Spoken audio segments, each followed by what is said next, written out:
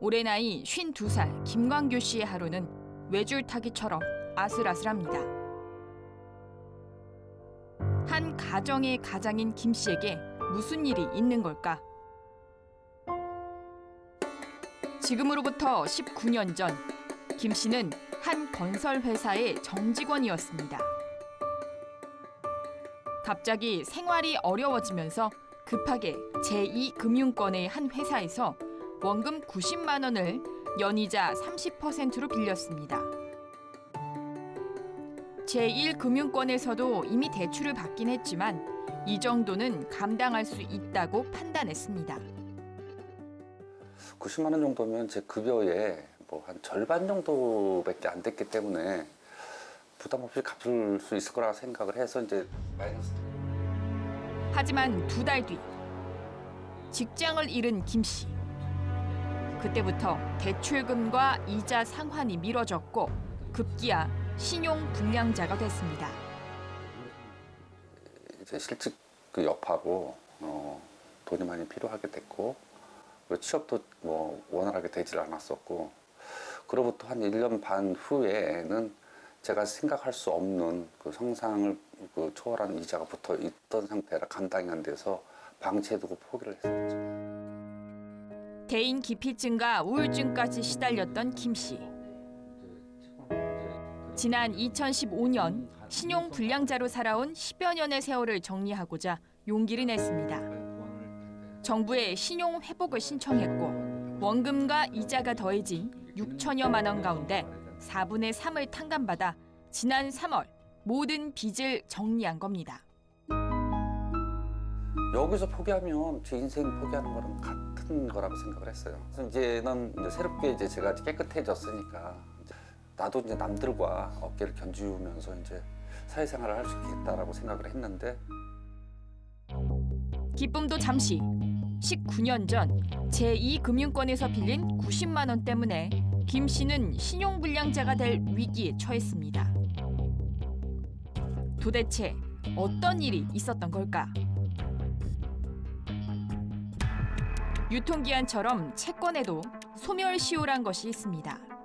빚에 대해 채권 업체가 권리를 행사하지 않고 일정 기간이 지나면 권리가 소멸되는 제도입니다.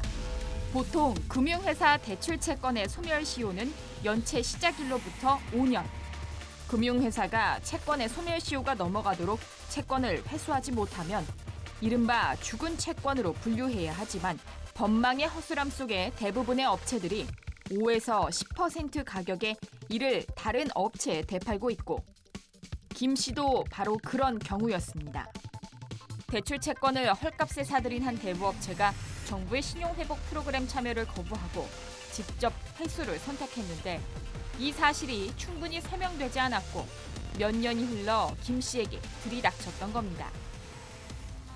이럴 경우 2주 안에 이의 신청을 하면 채권 소멸을 인정받을 수 있지만 이 사실을 몰랐던 김 씨가 그냥 지나치면서 다시 5년이란 시효가 되살아났습니다. 소멸시효 완성 채권은 지금 현재 현행법상 불법이라고 보기 좀 어렵고요. 사실 채무자가 이제 항변하면 사실 안 갚을 수 있는 것들인데 그 소멸시효 제도 자체를 몰라서 그냥 갚아서 사실 당하는 채무자가 많기 때문에. 심지어 김 씨는 자신의 채권이 언제 어느 회사로 팔렸는지조차 알지 못했습니다. 어떻게 하셨어요? 통장이 압류가 됐는데 은행에서 물어보니까 셋이라고 하더라고요. 처음 들어보는 이 업체는 원금과 이자로 600여만 원을 갚으라고 요구했지만 김 씨는 응하지 않았습니다. 그러자 이 업체는 김 씨가 가까스로 신용불량자에서 벗어나 개설한 통장을 압류했습니다. 이 통장에는 췌장암에 걸린 어머니의 치료비를 마련하기 위해 어렵게 마련한 돈이 들어가 있었습니다. 부실채권을 매입하는 주체들이 무분별하게 시장에 좀 난립되어 있는 경향이 있는 것 같습니다. 나중에 전혀 내가 빌린 금융기관이 아닌 다른 업체, 개인들로부터 채권을 추심당하는 그런 경우들이 종종 있는 것 같습니다. 이렇게 좀비처럼 살아 돌아온 채권은 김 씨의 발목을 잡고 재기를 향한 도전을 막고 있습니다. 추심하는 대부업체는 김 씨에게 완납을 강요하고 있습니다. 정부 지원을 받아 가발 사업을 시작한 김 씨.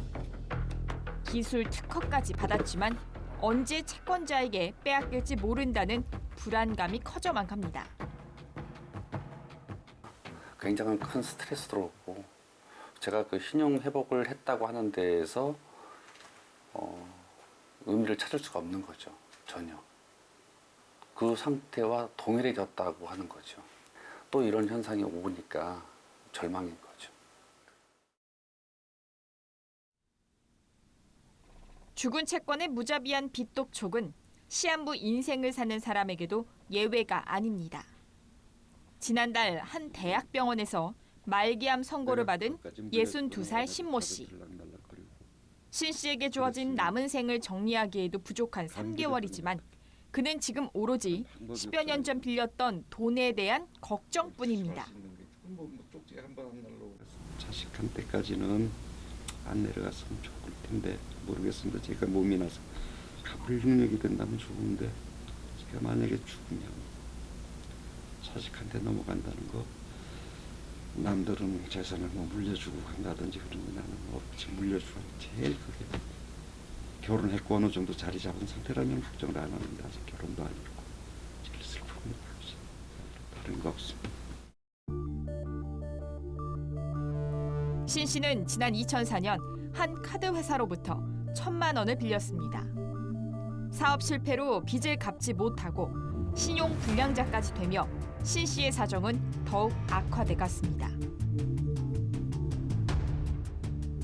빚을 갚으려면 경제 활동이 필수지만 모든 통장이 압류된 탓에 제대로 된 활동이 불가능했습니다.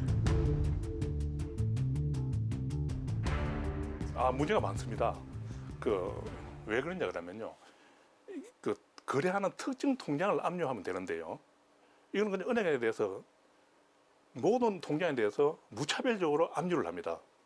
그렇기 때문에 그리고 이제 더군다나 다른 은행에도 동일한 채권 금액을 가지고요. 여러 은행에 압류를 합니다. 이거는 이제 거지 남용이 될 수 있고요. 더군다나 소득이 적은 이런 계층들은 그 통장 금액이 적은 경우에도 압류가 될 수 있기 때문에요. 생계를 더욱 압박을 가하고요. 채무자는 자포자기하게 만듭니다. 주유소 아르바이트 등을 하면서 근근히 살아간 5년. 그러다 정부에서 운영하는 신용회복 프로그램을 신청했고 4년 전부터 매달 14만 원씩 10여 년 동안 빚을 갚기로 약속했습니다. 하지만 청천벽력 같은 일이 벌어졌습니다. 처음 본 대부업체가 13년 전 빌린 돈을 갚으라고 독촉을 해왔습니다. 알고 보니 신용회복 프로그램 신청 당시 신 씨의 흩어진 채권을 찾는 과정에서 해당 카드 회사의 채권만 빠졌는데 이 카드사가 이른바 죽은 채권을 헐값에 이 대부업체에 팔아 넘겼던 겁니다. 신 씨는 갑작스럽게 등장한 큰 빚에 놀라 일단 일부를 송금했는데 그 순간 죽은 채권의 시효가 되살아났습니다. 소멸시효가 이제 완성된 경우에는 사실 뭐 그런 조치를 취하더라도 채무가 이제 소멸해야 되는 게 원칙인데 그 소멸시효가 완성된 이후에 이자를 지급한다든지 그다음에 뭐 채무를 인정하는 내용의 어떤 서류를 써준다든지 이렇게 되면 소멸시효 완성 이후에도 소멸시효 이익을 스스로 포기했구나 이렇게 이제 취급을 해서 그 경우에는 소멸시효가 이제 다시 진행을 하게 되는 그래서 추심이 가능하게 되는 상황이 생기고요. 원금 1,000만 원, 이자까지 복리로 불어나 4,500여만 원이 신 씨 가정의 목을 조이고 있습니다.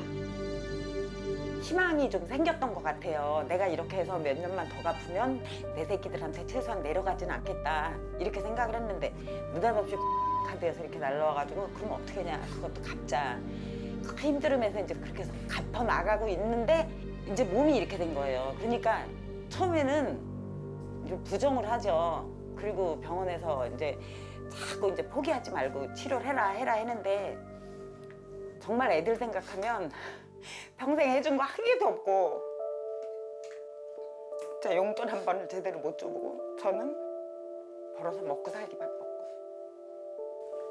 그러고 살았어요. 근데 담이 걸렸다 그러니까.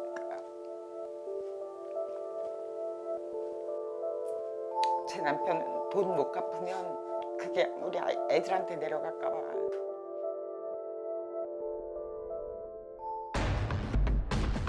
소멸시효를 둘러싼 법의 허점이 너무 많은 데다 채무자는 각종 정보에서 소외되는 약자일 수밖에 없어 현대판 노비 문서인 죽은 채권의 부활이 끊이지 않고 있습니다.